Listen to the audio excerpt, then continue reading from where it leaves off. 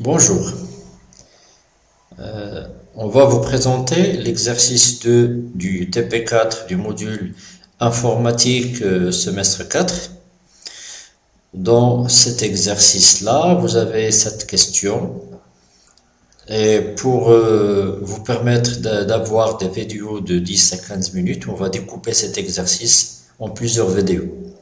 La première vidéo va être consacrée à l'explication générale de l'exercice, les objectifs, les astuces et comment faire en général cet exercice. Donc, je commence par vous exposer l'exercice. Donc, vous avez un établissement d'électroménager et on vous demande pour cet établissement de préparer une facture automatique.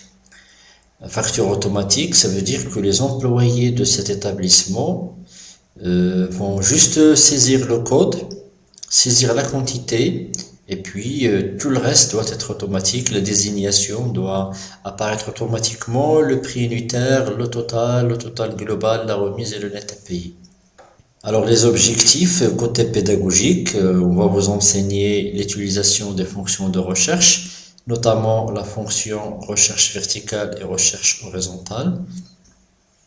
On va également vous apprendre comment faire la protection d'une feuille pour protéger les données que vous avez sur une feuille ou sur un classeur.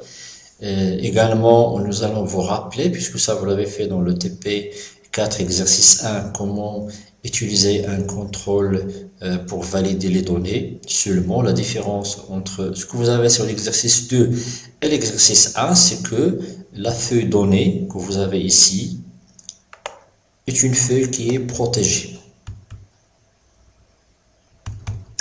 Voilà, donc vous voyez, c'est une feuille qui est protégée. Une feuille qui a été protégée de telle façon à ne pas vous permettre de sélectionner les cellules. Donc ça aussi, c'est l'un des objectifs de cet exercice, c'est de vous montrer que dans les classeurs en général, quand on veut faire un calcul, on peut le faire même si les données se trouvent sur une feuille protégée. C'est simple, il suffit de taper votre formule complètement sur le clavier en saisissant les références, les noms des champs et tout ça avec le clavier. Bien. Donc ça, c'est la présentation de l'exercice. Après, la vidéo suivante, on va attaquer la première question, c'est-à-dire comment faire les recherches pour chercher la désignation et le prix unitaire.